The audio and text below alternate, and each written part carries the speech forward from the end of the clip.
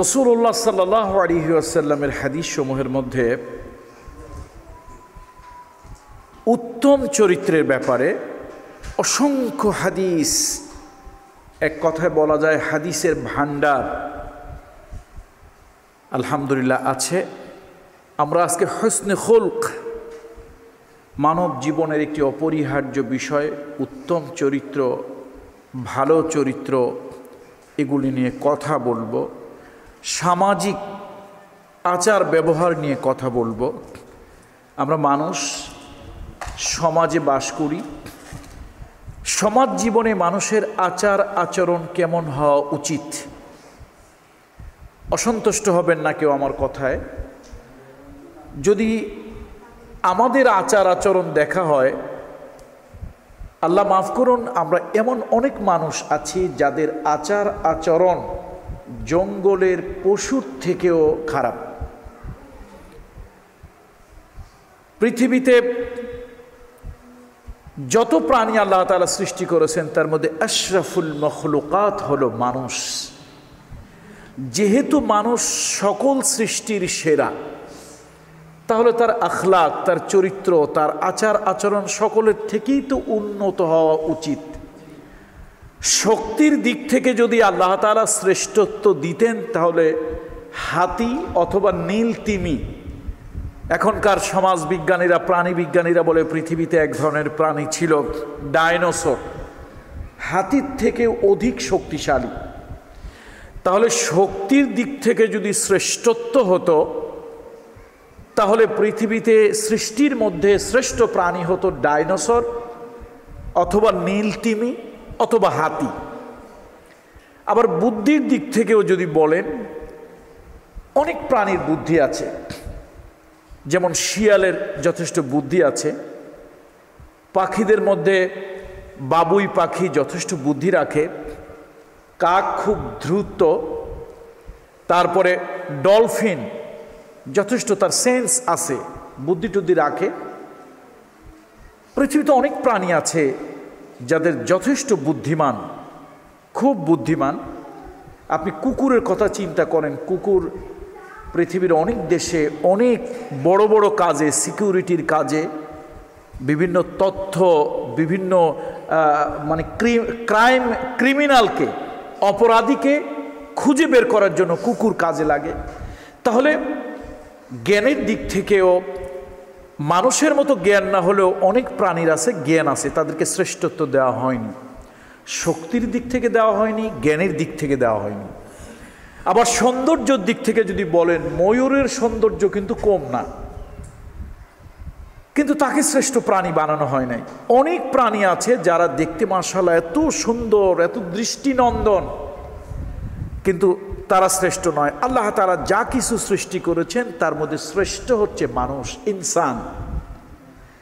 তো এই মানুষকে আল্লাহ তাআলা শ্রেষ্ঠ বানালেন। মানুষ তার আচার আচরণ, ব্যবহার, মানবিকতা, তার সৌন্দর্য, তার কথাবার্তা সব কিছুর দ্বারা আল্লাহ তাআলা তার শ্রেষ্ঠত্ব নির্ধারণ করেছেন। আল্লাহ তাআলা মানুষকে সৃষ্টি করার আগেই তো ফেরেশতাদেরকে বলেছিলেন, ইন্নী জাইলুন ফিল আরদি খলিফা, আমি পৃথিবীতে প্রতিনিধি পাঠাবো।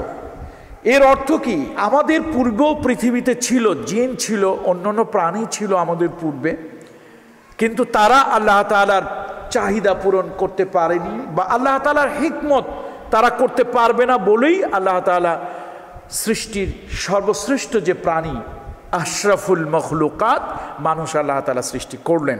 তাহলে সম্মানিত উপস্থিতি, এই মানুষ তার আচার ব্যবহার, মানুষ তার মানবিক সৌন্দর্য, দৈহিক সৌন্দর্য নয়, দৈহিক সৌন্দর্যই যদি মানুষের প্রাধান্যের কারণ হতো তাহলে আবু জাহেলের দৈহিক সৌন্দর্য বেশি ছিল।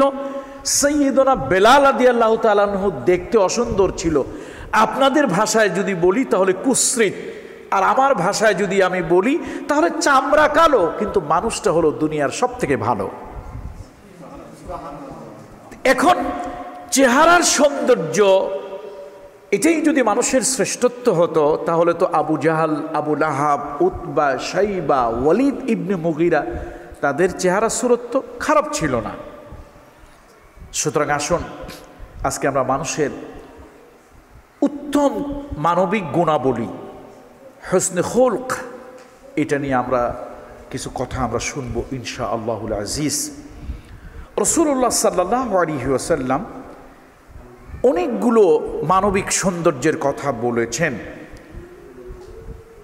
রাসূলুল্লাহ সাল্লাল্লাহু আলাইহি ওয়াসাল্লামের একজন সাহাবী আন-নওয়াস ইবনে সামআন রাদিয়াল্লাহু তাআলা আনহু রাসূল সাল্লাল্লাহু আলাইহি ওয়াসাল্লামকে প্রশ্ন করলেন, সাআলতু রাসূলুল্লাহ সাল্লাল্লাহু আলাইহি ওয়াসাল্লাম আনিল বিররি ওয়াল ইসমে। ভালো এবং মন্দ সম্পর্কে রাসূল সাল্লাল্লাহু আলাইহি ওয়াসাল্লামের সাহাবী আন-নওয়াস ইবনে সামআন প্রশ্ন করলেন, হুজুর ভালো কি মন্দ কি? ফাকালা, অতঃপর রাসূল সাল্লাল্লাহু আলাইহি ওয়াসাল্লাম বললেন, আল বিররু হুসনুল খুলক। উত্তম হচ্ছে চরিত্রের সৌন্দর্য, এটি হচ্ছে উত্তম। ওয়াল ইসমু মা হাকা ফি সাদরিক ওয়া কারাহাতা আন ইয়াত্তালি আলাইহি নাস। আর খারাপ কি? খারাপ হচ্ছে তোমার হৃদয়ের মধ্যে, তোমার আত্মার মধ্যে, তোমার মগজের মধ্যে যে খারাপ চিন্তাটা ঘুরপাক খায়, সেটাই হচ্ছে খারাপ। তো এইটার কথা রাসূল সাল্লাল্লাহু আলাইহি ওয়াসাল্লাম কেন বললেন? আসলে কিছু মানুষ আছে সমাজে যাদের সবসময় কালবের ভিতরে, জেহেনের ভিতরে খালি চিন্তা থাকে, কারে মারবো, কারে ধরবো, কারে দিয়ে কারে পেঁচাবো, কার বিরুদ্ধে মামলা করব, কার বিরুদ্ধে হামলা করব, কার কোনটা দখল করব, কিভাবে আরো নিজেকে বাড়াবো। এরকম এক শ্রেণীর মানুষ বোধহয় সমাজে নাই, নাকি বলেন আপনারা?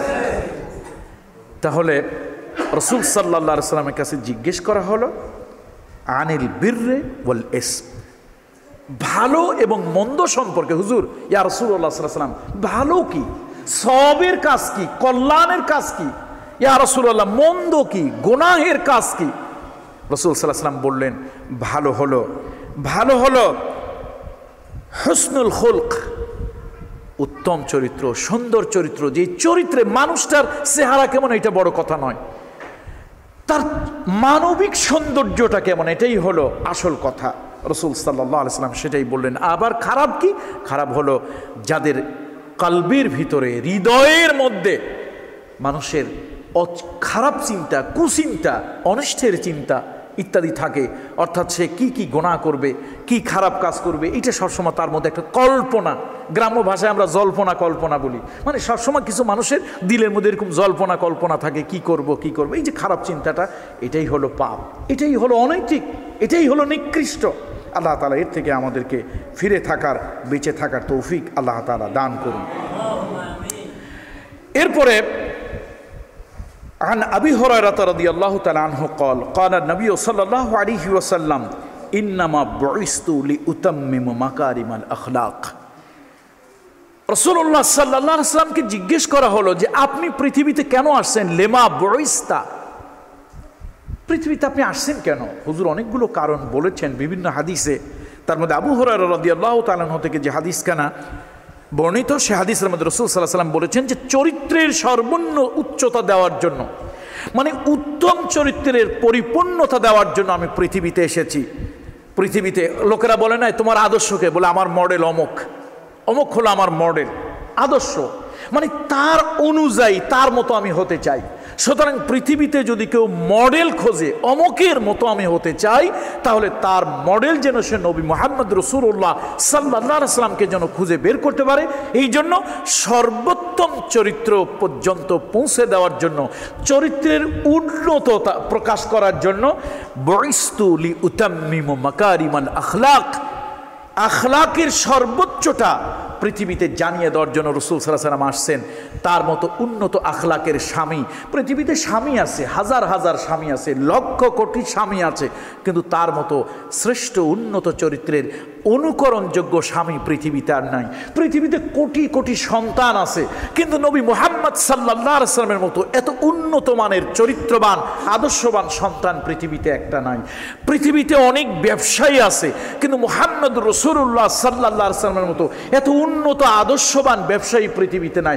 পৃথিবীতে লিডার নেতা অনেক আছে, কিন্তু পৃথিবীতে মানুষ নেতৃত্বের যে কোয়ালিটি, মানবিক গুণাবলী, মুহাম্মদ সাল্লাল্লাহু আলাইহি ওয়াসাল্লামের মতো শ্রেষ্ঠ নেতা লিডার পৃথিবীতে আর কেউ নাই। পৃথিবীতে অনেক সমাজ পরিচালক আছেন, মন্ত্রী, মিনিস্টার, এমপি, প্রেসিডেন্ট, যাই বলেন, এক এক দেশের এক এক ভাষা, যাই বলেন না কেন, পৃথিবীতে অনেক সমাজ পরিচালক আছেন, রাষ্ট্র পরিচালক আছেন, কিন্তু মুহাম্মদ রাসূলুল্লাহ সাল্লাল্লাহু আলাইহি ওয়াসাল্লামের মতো শ্রেষ্ঠ রাষ্ট্র পরিচালক পৃথিবীতে, মানে সব কিছুর ক্ষেত্রে তিনি একটা মডেল আদর্শ। এই মানে সব কিছুর চরিত্রের শ্রেষ্ঠত্ব প্রকাশ করার জন্য আল্লাহ তাআলা তাকে পৃথিবীতে পাঠালেন। সম্মানিত উপস্থিতি, হযরত ইবনে কাইয়িম রাহিমাহুল্লাহু তাআলার একটি বক্তব্য, আদ-দীনু কুল্লুহু খুলকুন, ইসলামটাই হচ্ছে একটা উত্তম চরিত্র। আদ-দীনু কুল্লুহু খুলকুন, উন্নত চরিত্র বলতে আজকে আমাদের অনেক সময় আমাদের দেশে ইতালি, গ্রিস প্রবাসী অনেক ভাইয়েরা আছেন, লন্ডন, আমেরিকা প্রবাসী অনেক লোক আমাদের অঞ্চলে আছেন। আমার যে গ্রেটার মাদারীপুর, আমার অঞ্চলে অনেক লোক আছেন প্রবাসী। কথায় কথায় অনেক সময় তারা বলে, হুজুর, ওদের যে মানবিক গুণ, ওদের যে মানবিক চরিত্র। আবার পৃথিবীতে অনেক মুসলিম দেশে আমি গিয়েছি, মোটামুটি মধ্যপ্রাচ্যের যাই না এমন দেশ কম, গেছি এমন দেশ বেশি। তো মধ্যপ্রাচ্যের দেশগুলোতে গিয়ে, কুয়েত, কাতার, দুবাই, মানে সংযুক্ত আরব আমিরাত, সৌদি আরব, মুসলমানের দেশ। শুধু মুসলমানের দেশ বললে ভুল হবে, পৃথিবীতে আল্লাহ তাআলা যত পয়গম্বর পাঠিয়েছেন, নবী পাঠিয়েছেন, মোস্ট অফ দেম, তাদের অধিকাংশই পৃথিবীতে মধ্যপ্রাচ্যে আসছে। অথচ ঠকবাজি, প্রতারণা, জোসুরি, জালিয়াতি, মানুষের হক নষ্ট পৃথিবীতে যদি এক নম্বর হয় মধ্যপ্রাচ্যের লোক। কারো একেবারে খাড়ার উপরে কারো হক নষ্ট করা, মাথায় বাড়ি দেওয়া।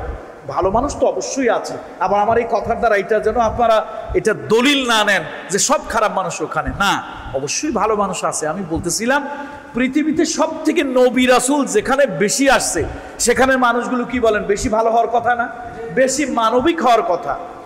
অথচ কাফেরের দেশে যারা বাস করে তারা বলে ওদের চরিত্র এত ভালো, আর মুসলমানের দেশ যারা আছে, যেখানে আছে, তারা বলে ওদের চরিত্র এত খারাপ। অর্থাৎ মানুষের হক নষ্ট করা, মানবিক যেই ভালো গুণগুলো সেগুলো না থাকা। সম্মানিত উপস্থিতি, তাহলে দিন যেখানে থাকবে সেখানে শ্রেষ্ঠত্ব, চরিত্রের শ্রেষ্ঠত্ব থাকবে। হযরত ইবনে কাইয়িম রাহিমাহুল্লাহু তাআলা এর জন্য বলেছেন, আদ-দীনু কুল্লুহু খুলকুন, দিনটা, ইসলামটা, ধর্মটাই হচ্ছে একটা পরিপূর্ণ উন্নত চরিত্র। ফামান যাদা আলাইকা ফীহিল খুলক যাদা আলাইকা ফিদ্দীন। এই যে আমি বলি ওই লোকটা পরহেজগার, ওই লোকটা খুব দিনদার, কেমনে বুঝবা? যার চরিত্র, যার আখলাক যত ভালো সে তত বড় দিনদার, যার চরিত্র যত খারাপ সে তত বড় বাটপার। সুতরাং একজন মানুষ ভালো হওয়ার জন্য তার মধ্যে তার দিনদারি বেশি ভালো। ওই লোকটা খুব দিনদার, কেমনে বুঝলা? তার সাথে তোমার লেনদেন হয়েছে, তার জমির পাশে তোমার জমি আছে, তার ঘরের পাশে তোমার ঘর আছে, তার সাথে তুমি ওঠা বসা করেছো। ওই লোকটার যদি মানুষ হিসেবে ওঠা বসা ভালো হয়, তার জমির পাশে তোমার জমি, আইল যদি না ঠেলে, একজন প্রতিবেশী হিসেবে তোমার সাথে যদি খারাপ আচরণ না করে, একই সমাজের মানুষ হিসেবে মানে জীবন চলার পথে সে যদি তোমার সাথে সুন্দর উত্তম আচরণ করে, বুঝবা লোকটা দিনদার, লোকটা কি। অথচ বাটপারি, টাউটারি, 2 নম্বরই, 6 নম্বরই, 9 নম্বরই সব থেকে বেশি করে এই লোকটা দিনদার হতে পারে? এই লোকটা দিনদার হতে পারে না। হয়তো এরকম একটা জুব্বা লাগাইয়া, পাগড়ি লাগাইয়া, আবা কাবা লাগাইয়া আসলে হচ্ছে আপনার মানুষ খারাপ।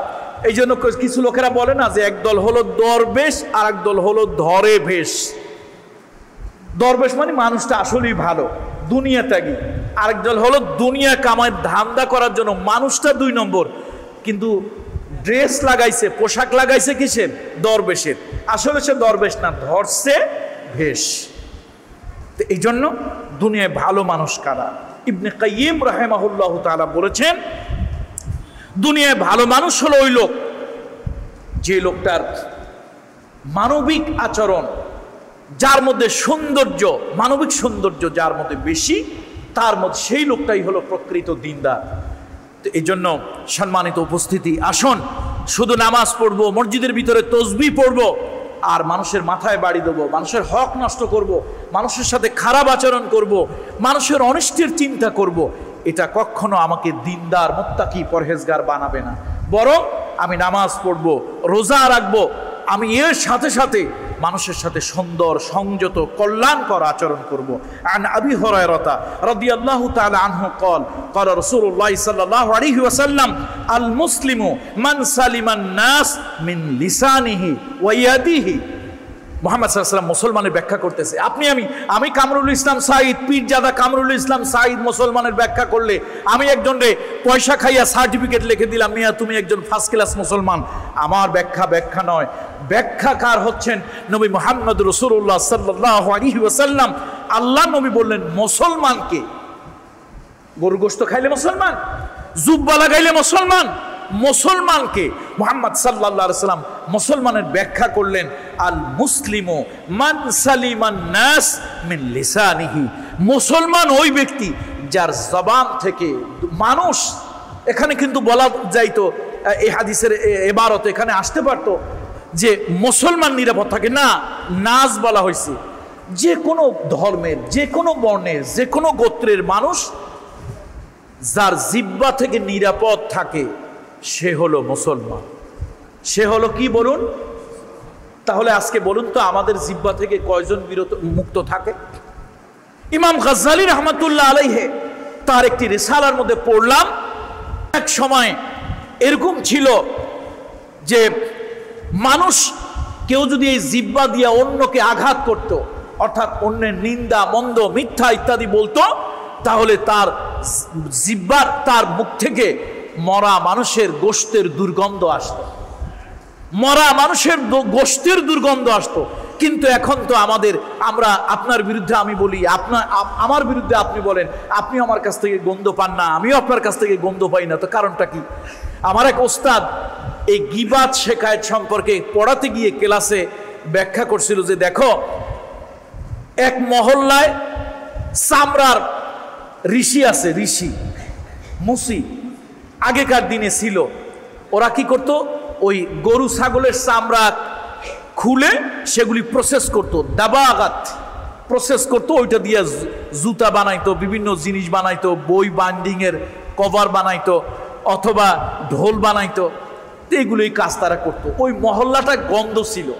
তো আর এক মহল্লার মেয়ে বিয়ে হয়েছে এই মহল্লায়, অর্থাৎ এই গন্ধওয়ালা মহল্লায়। এখন বউ শ্বশুর বাড়িতে এসে টিকতে পারে না গন্ধে, বহুত কষ্ট করে বিয়ে হয়েছে, আর কি করার, এখন তো গন্ধের কারণে বিয়ে ভাঙা যাবে না। তা শেষে বউ কষ্ট করে একদিন, 2 দিন, 3 দিন রয়েছে, মাশাআল্লাহ আগের মতো আর গন্ধ লাগে না। এখন বউ একদিন শাশুড়িকে ডেকে কয়, আম্মা আমার যে একটা বরকত আছে তা টের পাইছেন? বলে কি বরকত বৌমা? কয় যে আম্মা, আমি যখন এই বাড়িতে আসলাম প্রথম কি গন্ধ নাকে লাগতো, এই চামড়ার দুর্গন্ধ কিছুক্ষণ পর নাকে আসতো। দেখেন আমি এই বাড়িতে আসলাম, আল্লাহর কি মেহেরবানি, গন্ধ দূর হয়ে গেল। শাশুড়ি কয়, আরে সতীনের ঝি, মানে গালি দিছে শাশুড়ি পুত্রবধূকে। দেখেন অনেক সময় ঠাট্টা করে শাশুড়িরা, শ্বশুরেরা গালি দেয় না, একটু বৌমাকে স্নেহ করে গালি দেয়। গালি আবার রাগারাগির গালি না, স্নেহের গালি আর কি। এখন বলতেছে সতীনের ঝি, গন্ধই আছে, তোর নাক পরিবর্তন হয়েছে, গন্ধ পরিবর্তন হয় না। অর্থাৎ গন্ধ আগেও ছিল, এখনো আস। এই গন্ধওয়ালা বাড়িতে থাকতে থাকতে নাক কি হয়ে গেছে? গন্ধ সহনশীল হয়ে গেছে। তো এখন ইমাম গাজ্জালী রাহমাতুল্লাহ আলাইহি বলেন, মুসলমান কি? মুসলমান তো সে যার জিহ্বায় অন্য মানুষ নিরাপদ থাকে। এখন আমার জিহ্বা দিয়া শুধু সারাদিন চগলখড়ি চলে, কার নিন্দা, কার মন্দ সবসময় চলতে থাকে। এখন আমি অন্যের গীবাত করলে সে আমার মুখ থেকে কোনো মরা মানুষের গোশতের দুর্গন্ধ পায় না, আবার সে আমার বিরুদ্ধে করলে আমিও পাই না। কারণ কি? দুইজনে একই রোগের রোগী। এই কাম করতে করতে আমার নাকেও গন্ধ নাই, তার নাকেও গন্ধ নাই, সহনশীল হয়ে গেছে। রাইট। এখন রাসূল সাল্লাল্লাহু আলাইহি ওয়াসাল্লাম মুসলমানের ব্যাখ্যা করছেন আল মুসলিমু। হাদিসটা হচ্ছে আবু হুরায়রা রাদিয়াল্লাহু তাআলা থেকে হাদিসখানা বর্ণিত, তিরমিজি শরীফের 5010 নম্বর হাদিস। হযরত আবু হুরায়রা রাদিয়াল্লাহু তাআলা হাদিসখানা বর্ণিত, আল মুসলিমু মান সালিমান নাস মিন লিসানিহি ওয়া ইয়াদিহি।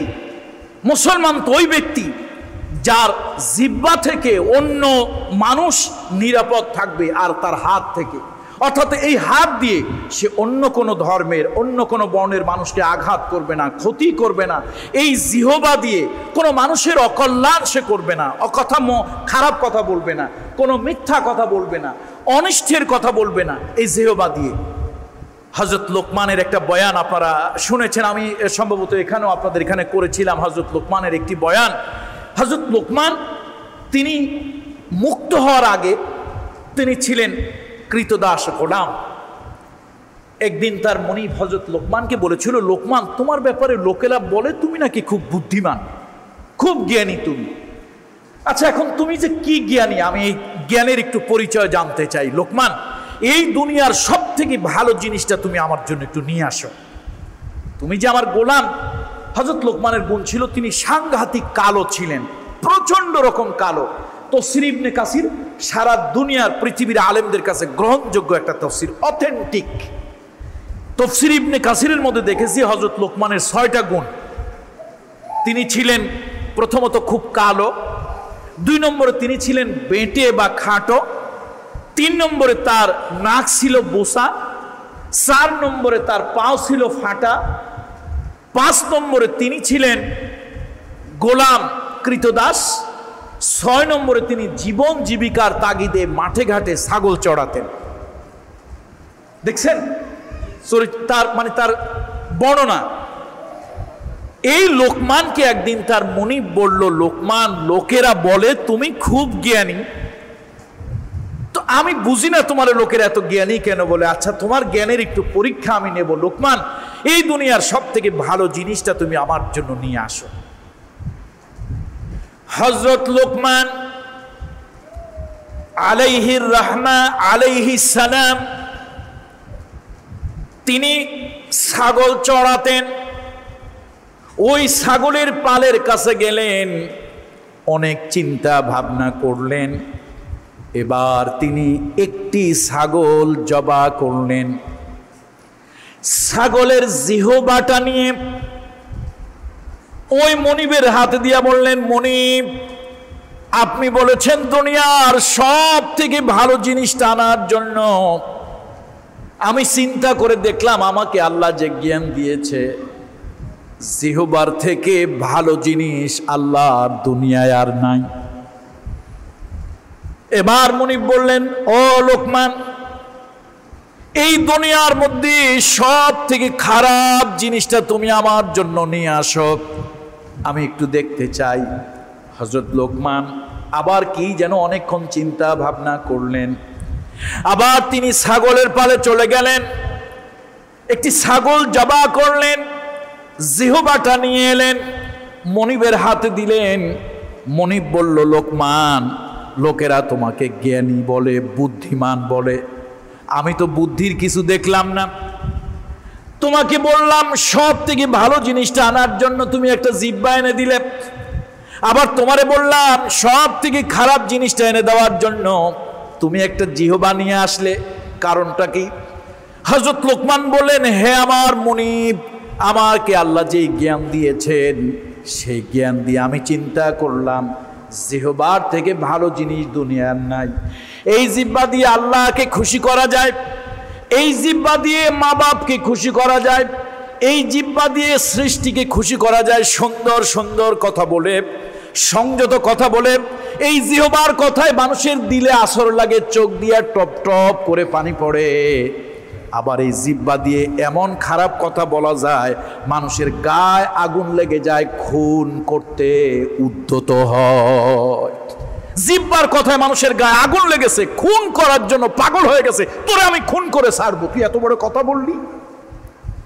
তাহলে একই জিহ্বা, আল্লাহরে খুশি করা যায়, বান্দারে খুশি করা যায়, জিহ্বার কথা দিয়া মানুষের দিলে স্পর্শ করে চোখ দিয়া পানি ফেলানো যায়, আবার ওই জিহ্বার কথা দিয়া মানুষের 3.5 হাত দেহের মধ্যে আগুন লাগায় দেওয়া যায়।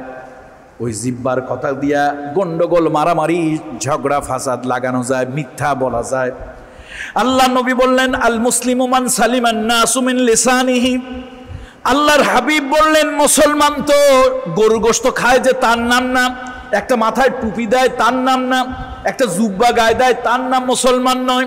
মুসলমান হলো ওই ব্যক্তি যার জিহ্বার দ্বারা অন্য মানুষ নিরাপদ থাকে, যার হাতের দ্বারা অন্য মানুষ নিরাপদ থাকে। এই হাত দিয়ে পৃথিবীর কোনো মানুষকে আমি অত্যাচার করব না, নির্যাতন করব না, এই হাত দিয়ে অন্যায় লিখব না, এই হাত দিয়ে খাদ্যে ভেজাল দেব না, এই হাত দিয়ে ওজনে কম দেব না।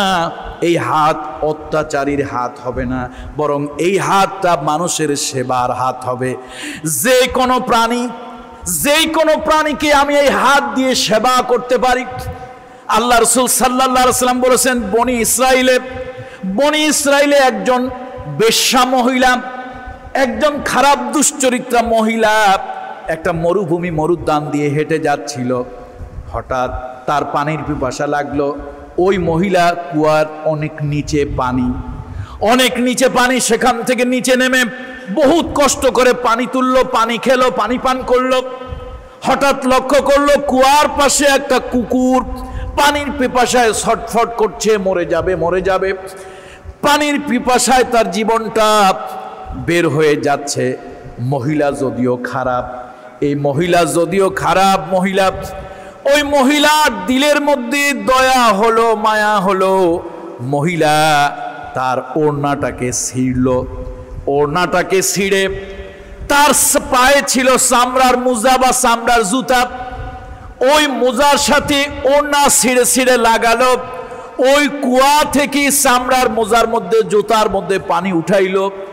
সেই পানিটা ওই কুকুরকে পান করালো।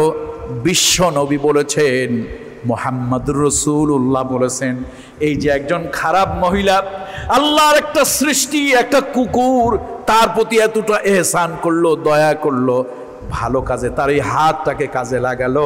আল্লাহ তাআলা ওই মহিলার জিন্দেগির গুনাহ মাফ করে দিলেন। এই জন্য মুসলমান তো ওই লোক যার জিহ্বা আর যার হাত থেকে অন্যরা নিরাপদ থাকে। আর ওয়াল মুমিন মান আমানাহুন নাস আলা দিমাইহিম ওয়া আমওয়ালিহিম। আর মুমিনকে ঘন ঘন মসজিদে ঢুকলেই মুমিন হয় না। মুমিন হলো ওই লোক যার কাছ থেকে অন্যের রক্ত আর অন্যের মাল নিরাপদ থাকে, সেই হলো মুমিন। আজকে আমার কাছ থেকে অন্যের রক্ত নিরাপদ থাকে না, অন্যের মাল আমার কাছে নিরাপদ থাকে না। সুতরাং অন্যের রক্ত যে প্রবাহিত করে আর অন্যের মাল যে তসরুপ করে, অন্যের মাল জবরদখল করার জন্য, সম্পদ জবরদখল করার জন্য কুচিন্তা ভাবনা যে করে, সে আর যাই হোক মুমিন হতে পারে না। ইমানদারের, মুসলমানের গুণ বর্ণনা করতেছে। আমি আবার সেই পূর্বের কথায় ফিরে যাই। যারা নতুন আসছেন, আলোচনায় যারা পরে আসছেন, আবার সে আগের কথায় ফিরে যাই।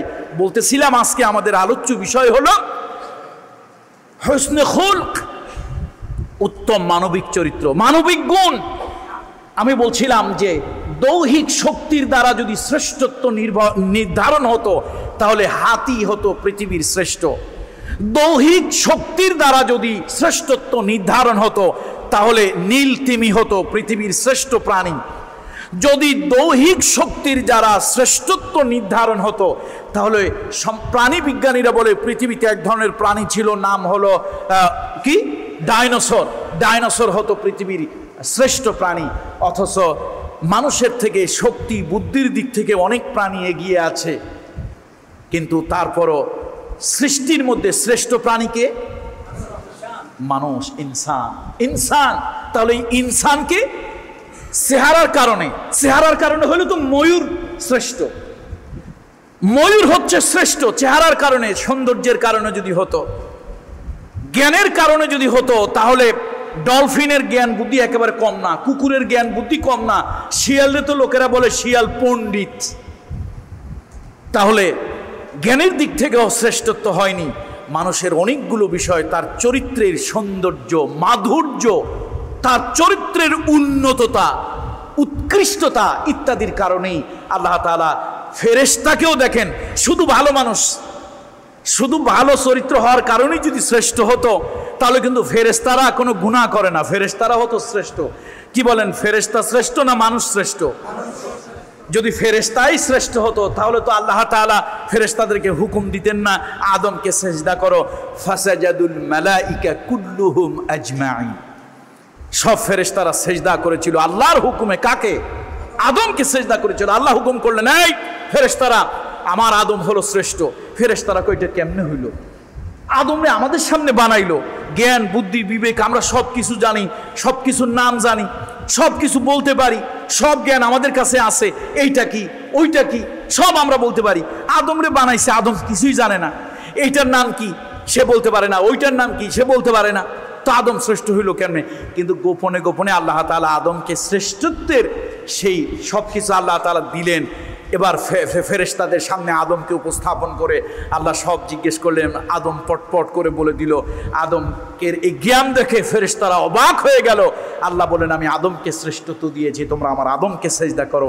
সকল ফেরেশতারা আল্লাহর হুকুমে আদমের সামনে সিজদায় লুটিয়ে পড়ল, ইল্লা ইবলিস। ইবলিস করল না। তাহলে বোঝা গেল মানুষকে শ্রেষ্ঠত্ব অনেকগুলো কারণে দেওয়া হয়েছে। সম্মানিত উপস্থিতি, আসুন সেই শ্রেষ্ঠত্বের কথা নিয়ে আজকে আমরা বলছি। আমি গরিব হতে পারি, আমার চেহারাটা কালো হতে পারে, আমার বংশ খুব প্রভাবশালী বংশ নাও হতে পারে, কিন্তু পৃথিবীতে আমি একজন ভালো মানুষ হতে পারি। পৃথিবীতে আমি একজন ভালো মানুষ হতে পারি। এই যে অমুসলিমদের কথা বলি, নেলসন ম্যান্ডেলা, কালো মানুষ, দেখতে সুন্দর না, জীবনের প্রায় 39 না 49টা বছর কারাগারের অন্ধ প্রকোষ্ঠে কাটিয়েছে। দেখুন, সে পৃথিবীর মানুষের কাছে একজন ভালো মানুষ হিসেবে স্বীকৃতি পেল। তারপরে মাদার তেরেসা, মানুষের কাছে সেবার কারণে একজন ভালো মানুষ হিসেবে স্বীকৃতি পেল। যদিও কাফের বেদিনরা মুসলমানদের ভালো জিনিসটা কখনোই দেখতে চায় না। আমার দেশে কিছু বাম আর কিছু রাম আছে, ওরা সব সময় অমুসলিমদের ভালো দেখে। মুসলমানদের মধ্যে, আলেম ওলামাদের মধ্যে অনেক বুজুর্গ ব্যক্তিদের ভিতরে মানুষের সেবা করে, সমাজ সেবা করে, প্রাণীর সেবা করে, সৃষ্টির সেবা করে, এরকম অনেক ভালো মানুষ আছে। কিন্তু দুর্ভাগ্য, ওই বাম আর রামের চোখ অন্ধ। ওরা রাজনৈতিক এমন চশমা চোখে লাগায়, যার কারণে এই ভালো কল্যাণকর দিকটা ওদের চোখে কোনো দিন ধরা পড়ে না। তো বলতেছিলাম, আপনার বংশ খুব উঁচু বংশ না, আপনার গায়ের চামড়াটা অত সাদাও না, দরকার নাই। গায়ের চামড়া সাদাই হলো যদি মূল্য হতো, তো আবু জাহাল আবু লাহাবের মূল্য। আবু লাহাব আলতার মধ্যে দুধের রং মিশালে যেই রং হয়, আবু লাহাবের গায়ের রং এমন ছিল। আর বংশ কোরাইশ বংশ, আব্দে মানাব গোত্র, এর থেকে শ্রেষ্ঠ বংশ, এর থেকে শ্রেষ্ঠ গোত্র আরবের মধ্যে আর দ্বিতীয় আরেকটা ছিল না। অথচ সেই আবু লাহাবের ব্যাপারে কোরআন ভৎসনা করলো, তাব্বাত ইয়াদা আবি লাহাবি ওয়া তাব। সুতরাং আপনার বংশ ছোট হোক সমস্যা নাই, মানুষ হিসেবে আপনি একজন ভালো মানুষ হন। আপনার অর্থের দিক থেকে আপনি গরিব, অসুবিধা নাই, আপনি একজন ভালো মানুষ হন। আজকে ভালো মানুষ নিয়ে আমরা কথা বলতেছি, আজকের খুতবায় এই বিষয়টা নিয়ে আমরা আলোচনা করছি। এরপরে عن أبي ذر الغفاري رضي الله تعالى عنه قال قال رسول الله صلى الله عليه وسلم تبسمك في وجهك أخيك لك صدقة। হযরত আবু যর গিফারি রাদিয়াল্লাহু তাআলা আনহু, তার থেকে একটা হাদিস বর্ণিত। বিশ্বনবী বলেছেন, তুমি যদি একজন মুসলমান ভাইয়ের সাথে একটু মুস্কি, তাবাসসুম, একটু মুস্কি হাসি দিয়ে যদি একটা মানুষের সঙ্গে কথা বলো, আল্লাহর নবী বললেন এটা হলো তোমার জন্য সাদকা। একটা মানুষ, সে মানুষটার সাথে তুমি একটু হাসি মুখে সুন্দর কথা বলেছ, আমাদের দেশে কিছু লোকের আছে এইরকম কথা বলে, আচরণ মানুষের সাথে এইরকম ব্যবহার করে, মনে হয় যেন আস্ত একটা খাটাস, আস্ত একটা কি খাটাস। আচার আচরণের মধ্যে সৌন্দর্য নাই, মাধুর্য নাই।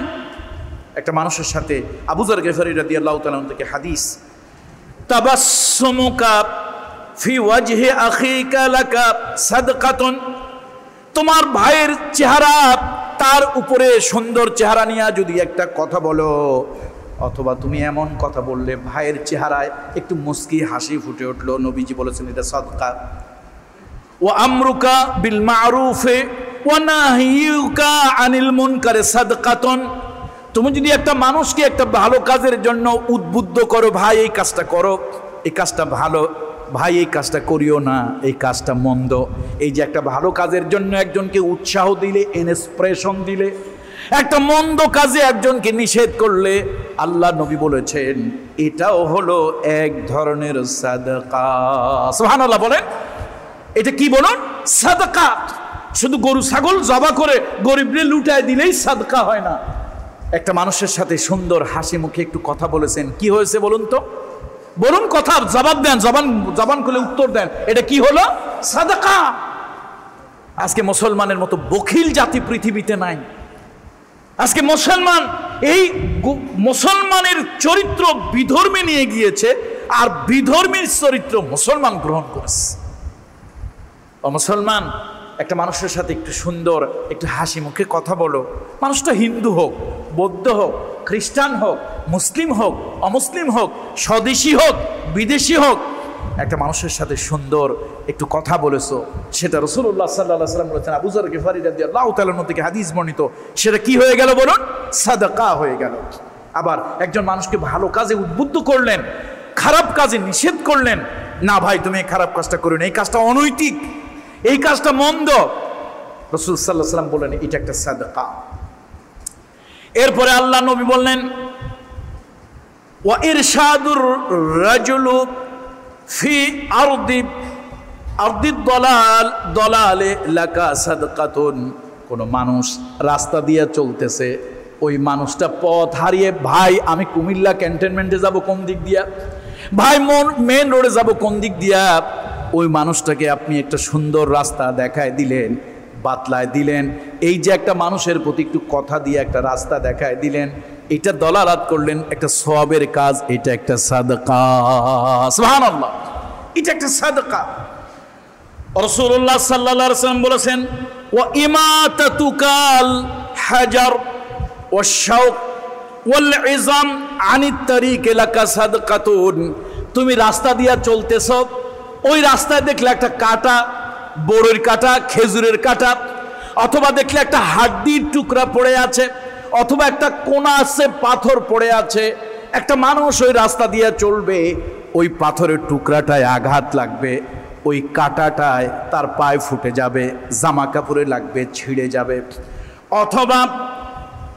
অথবা ওই যে পাথরের টুকরা, কাঁটা, অথবা আপনার হাড্ডি টুকরা, এগুলো তুমি যে সরাই দিলে, বিশ্বনবী বলেছেন লাকা সাদকাতুন, এটা হলো তোমার জন্য একটা সাদকা। সুবহানাল্লাহ, এই কাজটা আমরা করতে পারি। আর এক হাদিসের মধ্যে আসছে, আল ঈমানু বিজউ ওয়া সাবউনা শুহবাতান ফাআফযালুহা কাউলু লা ইলাহা ইল্লাল্লাহ ওয়া আদনাহা ইমাতাতুল আযাই আনিত তারিক। বিশ্বনবী বলেছেন, মুহাম্মদ রাসূলুল্লাহ সাল্লাল্লাহু আলাইহি ওয়াসাল্লাম বলেছেন, ঈমান নামক গাছের ৭০ থেকে ৭৭টা ডালপালা আছে, সব থেকে বড়টার নাম হলো লা ইলাহা ইল্লাল্লাহ, এটা হলো সব থেকে বড়। আর একটা শাখা হলো রাস্তা দিয়ে তুমি চলতে গিয়েছো, ও মুসলমান, ও মুসলমানের সন্তান, রাস্তা দিয়ে তুমি চলতেছো, ওই রাস্তার মধ্যে একটা পাথরের টুকরা, চোখা ধারালো একটা পাথরের টুকরা পড়ে আছে, কোনো মানুষ চলতে গিয়ে তার পায়ে লাগবে, আঘাত খাবে, তুমি দেখলা, তোমার বিবেকে ধরলো এই পাথরটার একটু সরাই দেই, পাথরের টুকরারে সরাই দিলা। তুমি রাস্তা দিয়ে চলতেছো, দেখলা কিছু কাঁটা, ওই কাঁটাটা তুমি একটু সরা দিলা, কোনো মানুষ এই রাস্তা দিয়ে চলবে, হিন্দু হোক, বৌদ্ধ হোক, ইহুদি হোক, খ্রিস্টান হোক, আস্তিক হোক, নাস্তিক হোক, কালো হোক, ফর্সা হোক, ধনী হোক, বড়লোক হোক, আওয়ামী লীগ হোক, বিএনপি হোক, জামাত হোক, জাতীয় পার্টি হোক, যে দলের, যে ধর্মের, যে গোত্রের একটা মানুষ এই রাস্তা দিয়ে যাবে, ওই মানুষটার পায়ে ওই কাঁটাটা ঢুকবে, ব্যথা পাবে, কষ্ট পাবে, রক্ত বের হবে। এই চিন্তা তোমার মাথার মধ্যে ঢুকলো, ওই কাঁটাটা তুমি সরাই ফেললে, ওই হাড্ডির টুকরাটা তুমি এক জায়গায় নিরাপদ জায়গায় রেখে দিলে, ওই কাঁচ ভাঙার টুকরাটা নিরাপদ একটা জায়গায় তুমি রেখে দিলে। বিশ্বনবী, মানবতার মহান শিক্ষক মুহাম্মদ রাসূলুল্লাহ সাল্লাল্লাহু আলাইহি সাল্লাম বলেছেন, তোমার মধ্যে ঈমান আছে। আল্লাহু আকবার বলুন। কি আছে তোমার মধ্যে? কে বলতেছে? মুহাম্মদ সাল্লাল্লাহু আলাইহি ওয়াসাল্লাম সাক্ষী দিচ্ছে, আমি কামরুল ইসলাম সাঈদ না, মুহাম্মদ সাল্লাল্লাহু আলাইহি ওয়াসাল্লাম সাক্ষ্য দিচ্ছে। এই যে তুমি যে সরায় দিছো, ওই কাঁচ ভাঙার টুকরাটারে নিরাপদ জায়গায় রাখছো, ওই খেজুরের কাঁটা, বড়ের কাঁটাটারে, বেলের কাঁটাটারে একটু সরায় এক জায়গায় রাখছো, কোনো মানুষ চলতে গিয়ে যেন আঘাত না পায়। নবীজি বলছেন তোমার মধ্যে ন্যূনতম ঈমান আছে। সুবহানাল্লাহ, বলেন না সুবহানাল্লাহ। সুতরাং আসুন, আজকে আমরা শ্রেষ্ঠত্ব নিয়ে কথা বলতেছি, চরিত্রের মাধ্যমে, মাধুর্যের মাধ্যমে, আখলাকের মাধ্যমে শ্রেষ্ঠত্ব। পৃথিবীর সর্বশ্রেষ্ঠ হচ্ছে আমি মানুষ, পৃথিবীর সর্বশ্রেষ্ঠ হচ্ছে আমি মানুষ, ফেরেশতার থেকেও দামি হচ্ছে আমি মানুষ। আর আমার কথা, আমার কাজ, আমার আচরণ, আমার ব্যবহার, আমার চামড়া সৌন্দর্য হলেই আমি সুন্দর নই, আমার পোশাক আশাক সুন্দর হলেই আমি সুন্দর নই, বড় একটা বিল্ডিং এর মালিক হলেই আমি সুন্দর নই। আমার চরিত্র, আমার মাধুর্য, আমার কথাবার্তা, আমার আচার ব্যবহার, এর সৌন্দর্যই হলো আমার আসল সৌন্দর্য। এর সৌন্দর্যই আমার কি বলুন? আসল সৌন্দর্য। এরপরে আল্লাহ নবী বলেছেন, বিশ্ব নবী বলেছেন, আল্লাহর হাবিব বলেছেন, ওয়া ইফরাগুকা মিন দালবিকা ফি দালবি আখিকা লাকা সাদকাতুন। তোমার বালতি থেকে তোমার ভাইয়ের বালতিতে একটু ঢেলে দেওয়া, এটাও হলো একটি সাদকা। অর্থাৎ পুকুর ঘাটে তোমার মুরব্বী চাচা এসে দাঁড়িয়েছে, কলসটা নিয়ে পুকুর থেকে পানি নেবে, পুকুর ঘাটে তোমার চাচি আম্মা, বয়স্ক মানুষ একটু দাঁড়িয়েছে, তুমি নিজের বালতিটা, নিজের তোমার কলসটা রেখে চাচি আম্মাকে, চাচাকে, বড় ভাইকে, ওই মুরব্বীকে একটু পানি ভরে দিলে কলপারে। ও আমার কলিজার টুকরা তরুণেরা, আজকে এই আদব কায়দা এই মুসলমানের সন্তানদের মধ্যে নাই, আদব কায়দা ধ্বংস হয়ে গেছে। রাসূলুল্লাহ বলছেন, তোমার বালতি থেকে তোমার ভাইয়ের বালতিতে একটু ঢেলে দিলে এটাও তোমার জন্য একটা সুন্দর চরিত্র, একটা সাদকা, সওয়াবের কাজ। আমরা শুধু মনে করি মক্কায় গেলে সওয়াব হয়, আমরা শুধু মনে করি 3 লাখ টাকা দিয়ে হজ করলে সওয়াব হয়, আমরা শুধু মনে করি 1000 টাকা, লাখ টাকা খরচ করে ওমরা করলে সওয়াব হয়, আমরা মনে করি শুধুমাত্র মাথায় বাড়ি দেওয়ার টাকা, সুদের টাকা, ঘুষের টাকা, পরের হক নষ্ট করার টাকা দিয়া বিশাল বড় একটা গরু জবি দিলে সওয়াব হয়। এটা একটা মিথ্যা কথা।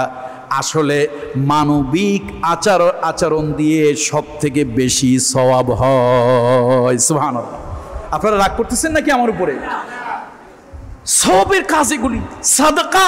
বিশ্বনবী বলেছেন, আপনি কলের কাছে গিয়ে, তরুণ যুবকদেরকে বলি, কলের কাছে গিয়ে কল থেকে, ট্যাপ কল থেকে পানিটা নিচ্ছেন, চাচা একজন মুরব্বী মানুষ দাঁড়িয়ে আছে, ও যুবক, চাচার হাত থেকে বদনাটা একটু নাও, কাকা আমার কাছে দেন, নিয়ে একটু বদনাটা ভরে কাকার হাতে দিলে, রাসূল বলতেছেন, কে বলতেছেন? কথা বলেন না, কে বলতেছেন? রাসূল সাল্লাল্লাহু আলাইহি ওয়াসাল্লাম বলতেছেন, এই যে তুমি একটা ভালো কাজ করলে, সওয়াবের কাজ করলে, এটা তোমার জন্য একটা সাদকা হলো। কামরুল ইসলাম সাঈদ বলে না, বিশ্বনবীর কথা। আজকে এই মানবিক সৌন্দর্যগুলো কোথায় গেল? আমি দুঃখে পড়ে বলতেছিলাম যে আজকে আমাদের আচার আচরণ দেখে মুসলমান তো না, আমাদেরকে মনে হয় আজ তো একটা খাটাস। আপনারা হয়তো আমার উপর রাগ করবেন, আমার ব্যাপারে সমালোচনা করবেন, কিন্তু দুঃখ, এটাই বাস্তবতা।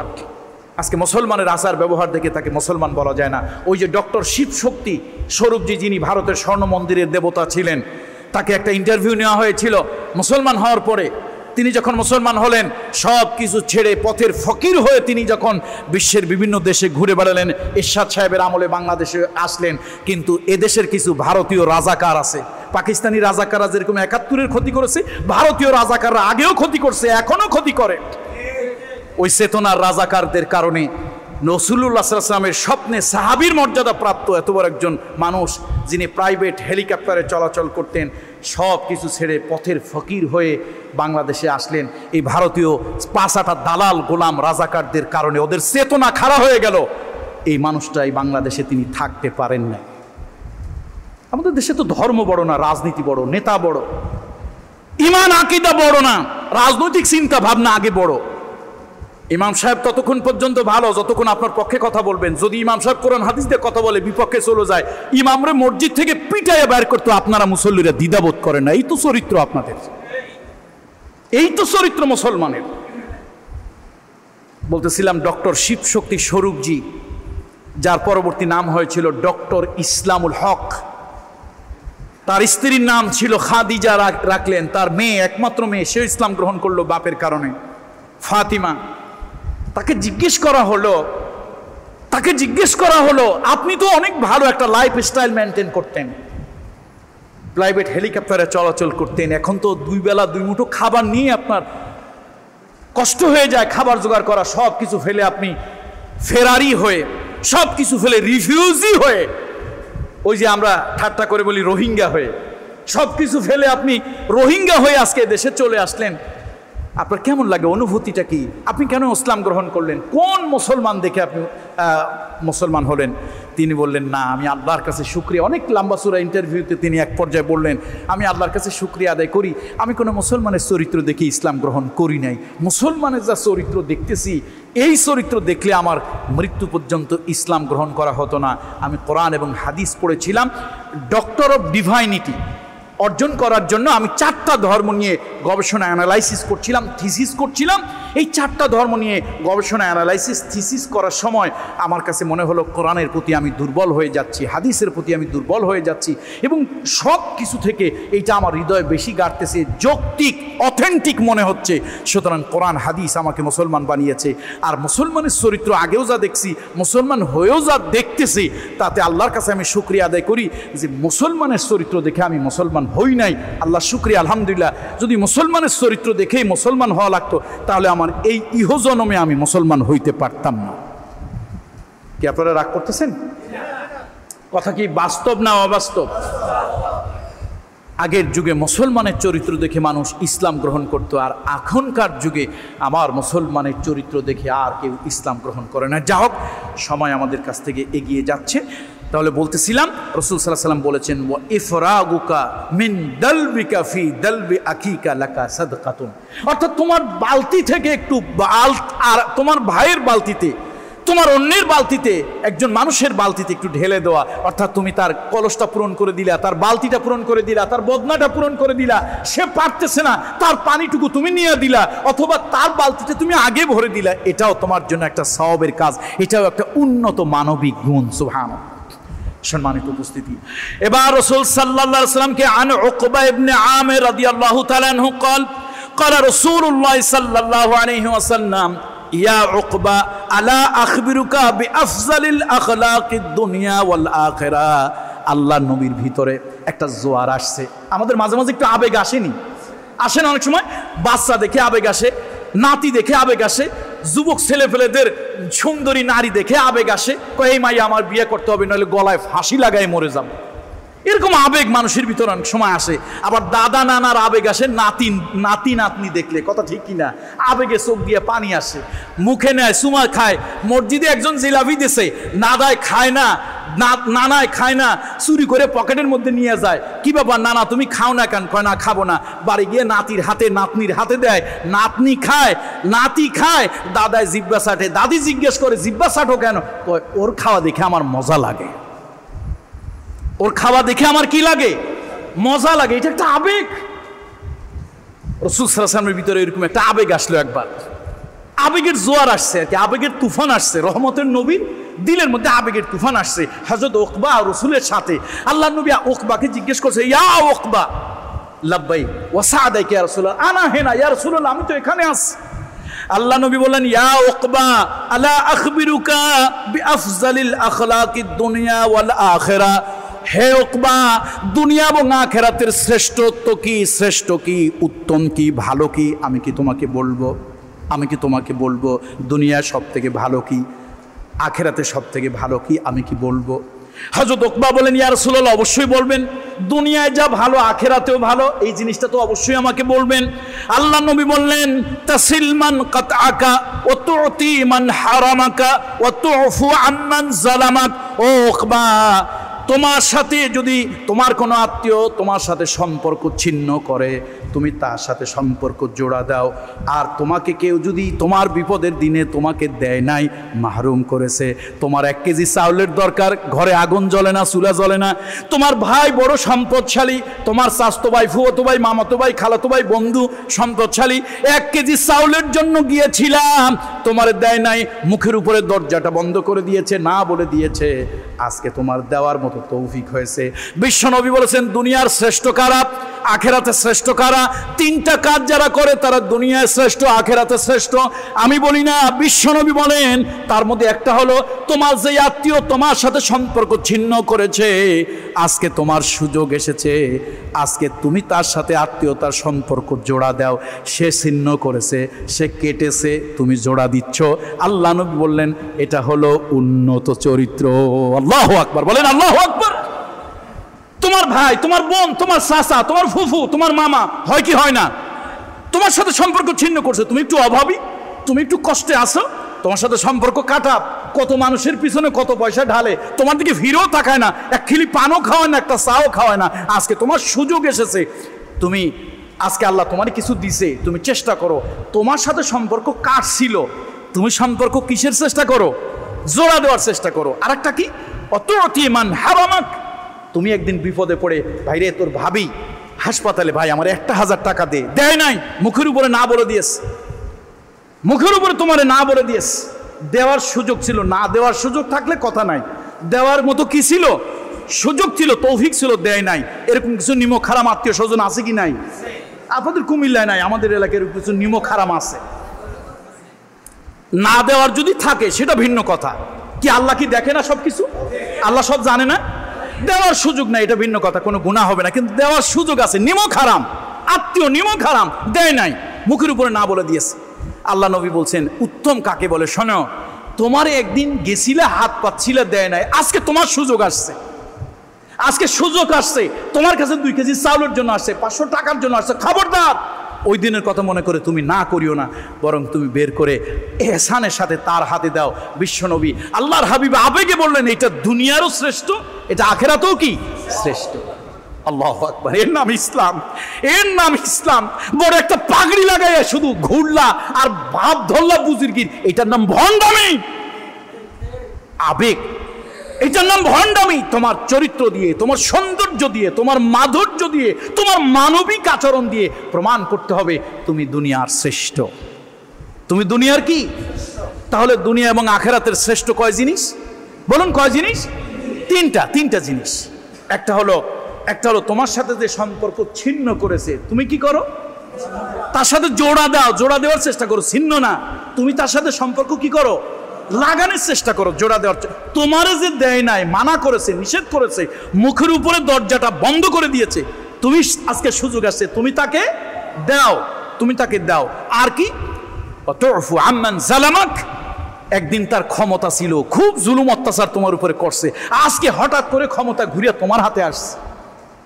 ক্ষমতা পাইয়ে তুমি অত্যাচার, নির্যাতন, জুলুম ইত্যাদি শুরু করিও না, ত্রাস সন্ত্রাস শুরু করিও না, বরং ওই দিনের কথাটা মনে করে আজকে তাকে তুমি ক্ষমা করে দাও, এক্সকিউজ করে দাও, মাফ করে দাও। বিশ্বনবী বললেন, এটা দুনিয়ার আখেরাতের সর্বশ্রেষ্ঠ চরিত্র। সমাজে এই কাজগুলি দরকার কি দরকার না? দরকার কি না বলুন? সামাজিক কাজগুলো দরকার। যা হোক, আমরা আর একটু হাদিসের ব্যাপারে গিয়ে, সময় অনেক হয়ে যাচ্ছে। আন আবি হুরায়রা রাদিয়াল্লাহু তাআলা আনহু قال قال رسول الله صلى الله عليه وسلم من كان يؤمن بالله واليوم الآخر فلا يؤذي جاره। আল্লাহ নবী বলেছেন, ভালো করে শোনেন, কান খুলে শোনেন। আল্লাহ নবী বলেছেন যে আল্লাহ বিশ্বাস করে, পরকালে যে বিশ্বাস করে, সে যেন তার প্রতিবেশীরে কষ্ট না দেয়। এবার বোধহয় আমার উপর একটু রাগ হবে কিছু লোকেরা। বলবো হাদিস না বলবো না? বলবো হাদিস। আমাদের অধিকাংশ মুসলমানেরই প্রতিবেশীদের সাথে সম্পর্ক ভালো না, অথচ রাসূল সাল্লাল্লাহু আলাইহি ওয়াসাল্লাম বলছেন, তরকারিটা যখন রান্না করবে সুরবাটা ঝোলটা একটু বাড়ায় দাও, সম্ভব হলে এক বাটি সুরবা একটু প্রতিবেশীরে দাও, খুশি হবে, সম্পর্ক ভালো থাকবে। আরে মানুষ মানুষের সাথে ভালো সম্পর্ক থাকবে, এটাই তো মানুষ। আমরা তো পশু না। একটা কুত্তায় হাড্ডি নিলে আর একটা কুত্তা দেখলে 3 কুত্তায় খাইতে পারবে, তারপরে এক কুত্তার পেট ভরে কিন্তু চোখ ভরে না, আর এক কুত্তা আসলেই খেউ খেউ করে ওঠে। অসন্তুষ্ট হচ্ছেন কি আপনারা? আমরা কি শৃগাল কুকুর না মানুষ? তাহলে আমরা শৃগাল কুকুর নই, আমরা মানুষ। সৃষ্টির সর্বশ্রেষ্ঠ প্রাণী হচ্ছে আমরা। আলহামদুলিল্লাহ বলেন আলহামদুলিল্লাহ। তাহলে কুকুর যে ব্যবহার করে, আমি মানুষ হয়ে সে আচার ব্যবহার করতে পারি না। আল্লাহ নবী বলেছেন, মান কানা ইউমিন বিল্লাহি ওয়াল ইয়াউমিল আখির, যে আল্লাহ বিশ্বাস করে এবং পরকালে যে বিশ্বাস করে, ফালা ইউযি দারাহু, সে যেন তার প্রতিবেশীরে কষ্ট না দেয়। ওমান কানা ইউমিন বিল্লাহি ওয়াল ইয়াউমিল আখির ফাল ইউকরিম যায়ফাহু, যদি কেউ বিশ্বাস করে আল্লাহ আছে, পরকালে ওঠা লাগবে, আল্লাহ নবী তার ব্যাপারে বললেন, তোমার বাড়িতে মেহমান আসলে মেহমানদের সম্মান করো, আদর করো, কদর করো। খবরদার মেহমান আসলে মন খারাপ করিও না, মুখ বেজার করিও না, মুখটা কালো করে রাখিও না। তোমার সাধ্য অনুযায়ী মেহমানদারি করো। তোমার আত্মীয় স্বজন তোমার বাড়িতে বেড়াতে আসছে, মন খারাপ করিও না, তোমার যা তৌফিক আছে তাই দিয়ে করো। আল্লাহ নবী বলেছেন, মেহমান রহমত আর বরকত নিয়ে আসে, রহমত আর বরকত নিয়ে মেহমান বাড়িতে আসে। এই মেহমান যখন তোমার বাড়ি থেকে যখন চলে যায়, রহমত আর বরকত তোমার জন্য রেখে যায়। এটা একটা ভালো গুণ, মানবিক গুণ। সুতরাং আবার এই কলকাতার মানুষের মতো হবেন না। দাদা খেয়ে আসছেন না যে খাবেন? খেয়ে আসছেন নাকি যে খাবেন? কত বড় কিপ্টার কিপ্টা চিন্তা করেন। আরে না বেটা, নাইলে 1 কাপ চা খাওয়াবি, 2টা বিস্কুট খাওয়াবি, অসুবিধা কি? এতে কি তুই ফকির হয়ে যাবি? কত বড় ভয়! কি খেয়ে আসছেন না যে খাবেন? তার মানে এটা বলে না যে কিছু দেব কি না খেতে। এই জাতীয় মুসলমানের চরিত্র এখন হচ্ছে কি হচ্ছে না? হচ্ছে কি হচ্ছে না? খবরদার, এই চরিত্র করা যাবে না। বাড়িতে মেহমান এসেছে, আত্মীয় অনাত্মীয় মেহমান এসেছে, ইসলাম বলে নাই যে আপনি সব কিছু একেবারে শেষ করে দেন, এ কথা ইসলাম বলে নাই। বলছে আপনার এবিলিটি, আপনার সামর্থ্য অনুযায়ী তাকে কি করার জন্য বলেছে বলুন তো? বলুন বলুন, কি করার জন্য বলেছে? মেহমানদারি করার জন্য। এই দুনিয়ায় আল্লাহ তাআলা যত পয়গম্বর আল্লাহ তাআলা পৃথিবীতে পাঠিয়েছেন, সব নবীর একটা সুন্নত কমন ছিল। যত নবী পৃথিবীতে এসেছেন, সব নবী মেহমানকে আদর কদর করেছেন। সুবহানাল্লাহ, এটা সব নবীর সুন্নত, এটা সব নবীর সুন্নত। তবে আমার নবী মুহাম্মদ সাল্লাল্লাহু আলাইহি ওয়াসাল্লামের সুন্নত বেশি। এক লোক আসছে, রাসূলুল্লাহ সাল্লাল্লাহু আলাইহি ওয়াসাল্লামের কাছে আসছে, তো কয় যে আমি তো বিদেশ থেকে আসছি, চিনি না জানি না, একটু থাকবো। নবীজি থাকতে দিছে। এখন সবাই কয়, ইয়া রাসূলুল্লাহ, দিনকাল ভালো না, মানুষ খারাপ উদ্দেশ্য নিয়েও আসতে পারে, ভালো উদ্দেশ্য নিয়ে আসতে পারে। আল্লাহ নবী কয়, যে উদ্দেশ্য নিয়ে আসে আসুক। লোকটারে থাকতে দিছে, শোয়ার ব্যবস্থা করে দিয়েছে, তারপরে রাতের খাবারও দিছে। খাইছে তো খাইছে, এমন খাওয়া খাইছে, খাইয়া তারপরে রাত্রেবেলা একদম কাম শেষ, কাপড় চোপড় খেতা কম্বল যা ছিল সব শেষ। বোঝেন তো, একেবারে নষ্ট করে দিয়া এখন চিন্তা করছে, যদি এটা তারা দেখে তাহলে তো আমার একদম কতল করা ছাড়ার কিছু নাই। সে কি করছে? জান নিয়ে ভাগছে। এখন নবীজি সকালবেলা দেখতেছে, আহারে মেহমান নাই, বিছনাপাতি নষ্ট। আল্লাহ নবী খুব আফসোস করতেছে, আরে না জানি মেহমানের কোনো কষ্ট হয়েছিল, না জানি কষ্ট হয়েছিল, লোকটা পায়খানা প্রস্রাব করলো, নষ্ট করলো, না জানি কত কষ্টের কারণে করছে। আরে যদি আমার একটু বলতো, আমি হয়তো একটু সেবা করতাম, অথবা আমি তার একটু সেবা করতে পারতাম, তার একটু সমস্যা হলে আমি একটু খিদমত করতে পারতাম। সুবহানাল্লাহ বলবেন না আপনারা? দেখছেন, এই হলো রাসূলুল্লাহ সাল্লাল্লাহু আলাইহি ওয়াসাল্লাম। এই জন্য আল্লাহ নবী বলেন, যে বিশ্বাস করে আল্লাহ আছে, মুমিন, ওয়ামান কানা ইউমিন বিল্লাহি ওয়াল ইয়াউমিল আখির ফালিয়ুকরিম যায়ফাহু, সে যেন তার আত্মীয়কে, সে তার মেহমানকে যেন সম্মান করে। ওয়ামান কানা ইউমিন বিল্লাহি ওয়াল ইয়াউমিল আখির ফালিয়াকুল খায়রান আও ইউসমুত, কেউ যদি বিশ্বাস করে আল্লাহ আছে, আখিরাত আছে, সে যেন ভালো কথা বলে, আর যদি ভালো কথা বলতে না পারে সে যেন দয়া করে যেন চুপ থাকে। এই বিষয়ের উপর একটু বলা দরকার। আপনারা কি আমার কথা শুনতেছেন তো? মনোযোগ আমার দিকে আসে তো? রাসূল সাল্লাল্লাহু আলাইহি ওয়াসাল্লাম বলছেন, তুমি যদি মুমিন হও, আখিরাতে বিশ্বাস করো, পারলে ভালো কথা বলবা, না পারলে চুপ থাকবা। আপনি সালিশে গেছেন, পারলে দুইটা ভালো কথা কান, মিলমিশ কিভাবে করা যায়, সমাধান কিভাবে করা যায়। আপনার মধ্যে খালি শয়তান গুড়া কিরমির মতো খালি খোসায়। ভালো কথা তো বলেন নাই, বসে আছেন, কথা এমন একখান বলছেন মাশাআল্লাহ, নাকি নাউজুবিল্লাহ, কথা এমন একখান বলছেন, যাও 10 জন সালিশ বিচারক এই জিনিসটারে মিলমিশ করে আনছিল, এমন একটা পর্যায়ে আনছে, এমন একখান কথা মাশাআল্লাহ আপনি ডেলিভারি দিছেন, একেবারে এক কথায় শেষ, পুরা মজলিস শেষ। দুজনে লাগছে মারামারি, সত্য হোক মিথ্যা হোক, একটা কথা এমন বলছেন, আপনি আল্লাহর মেহেরবানি মারামারিটা থেমে গেছে। এরকম হয় কি হয় না? রসুল বলছে পারলে ভালো কথা বলো, অর্থাৎ গন্ডগোল থামানোর কথা বললো, না পারলে কি থাকো, চুপ থাকো। কে বলছে? আর কথা বলে না, কে বলছে? রাসূলুল্লাহ সাল্লাল্লাহু আলাইহি ওয়াসাল্লাম বলছে পারলে চুপ থাকো। এটা হচ্ছে বুখারী শরীফের হাদিস 6018 নম্বর হাদিস। রাসূল সাল্লাল্লাহু আলাইহি ওয়াসাল্লাম বলছেন চুপ থাকো, যদি পারো ভালো কথা বলো। স্বামী স্ত্রী তালাক হয়ে যাচ্ছে, আল্লাহ সব চায়, নবীজি সব চায়, স্বামী স্ত্রী তালাক চায় না। হয় দোষটা স্বামীর, আর না হলে দোষটা স্ত্রীর। বিয়ে শাদী হয়েছে, এটা এরকম কোনো রং না যে সাবান দিয়ে ধুয়ে ফেললাম। বিয়ে শাদীর সম্পর্ক আল্লাহ চায়, রসুল চায়, ইসলাম চায়, হইলে এটা ভালো হোক মন্দ হোক, যা দেখার বিয়ের আগে দেখো। বিয়ে যখন একবার হয়ে গেছে, চোর হোক পকেটমার হোক, ভালো হোক মন্দ হোক, বউ যদি রাত্রে বিছানাও মতে, তারপরেও সম্পর্ক ভাঙিও না। কি করো? আর কি করো? ধরে রাখার চেষ্টা করো। তো এখন আমাদের দেশে এখন প্রতি মিনিটে একটা তালাক হয়, আর তালাকের ক্ষেত্রে প্রথম আলো পত্রিকা, আমাদের হুজুরদের পত্রিকা না, আপনাদের পত্রিকা, সেই পত্রিকা রিপোর্ট করছে তালাকের ক্ষেত্রে, ঘর ভাঙার ক্ষেত্রে শিক্ষিতা নারীরা সব থেকে বেশি ভূমিকা রাখতেছে।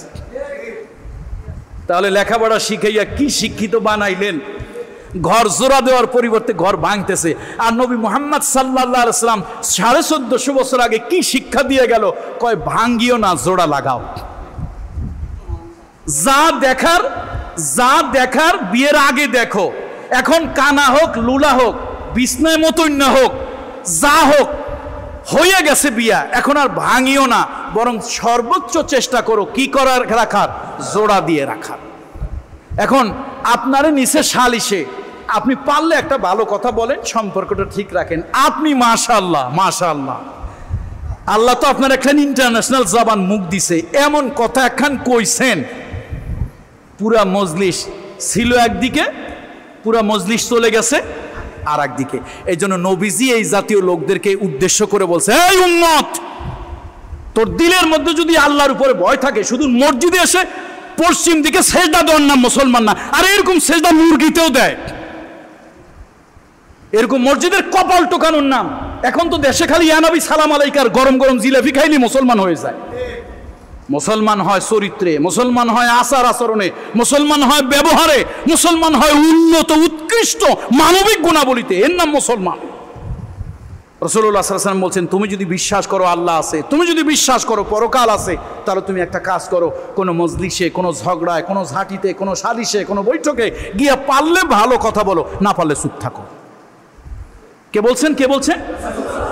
রাসূলুল্লাহ সাল্লাল্লাহু আলাইহি ওয়াসাল্লাম, আল্লাহর হাবিব বললেন, তুমি লা ইউসমুত, হয় ভালো কথা বলবে, ভালো কথা বলবে, না হলে তুমি কি থাকবে? চুপ থাকবে। যা হোক, আল্লাহর মেহেরবানি, আমরা অনেক কথা, আরও অনেক হাদিস ছিল, আমরা এই পর্যন্তই কিছু মানবিক ভালো গুণের কথা বললাম। জুমার আলোচনা তো আসলে খুব লম্বা করা যায় না। আল্লাহ তাআলা যে কথাগুলো বললাম, আমাকে এবং আপনাদেরকে সকলকে আল্লাহ তাআলা পালন করার তৌফিক দান করুন। আমি কিন্তু আঘাত দেওয়ার জন্য বলি না, একটু সজাগ করার জন্য বলছি। কিছু মানুষ আছে ঘুম থেকে জাগে না, ডাকলেও জাগে না, শেষে একটু কি করতে হয় বলেন তো? একটু ধাক্কা দিতে হয়। আমি কিন্তু আপনাদেরকে আঘাত করার জন্য এই কথাগুলো বলি নাই, একটু ধাক্কা দিয়ে সজাগ করার জন্য বলেছি। সুতরাং আমার কথায়, আচরণে আপনারা অসন্তুষ্ট হবেন না, রাগ করবেন না। আল্লাহ তাআলা আমাদেরকে তৌফিক দান করুন।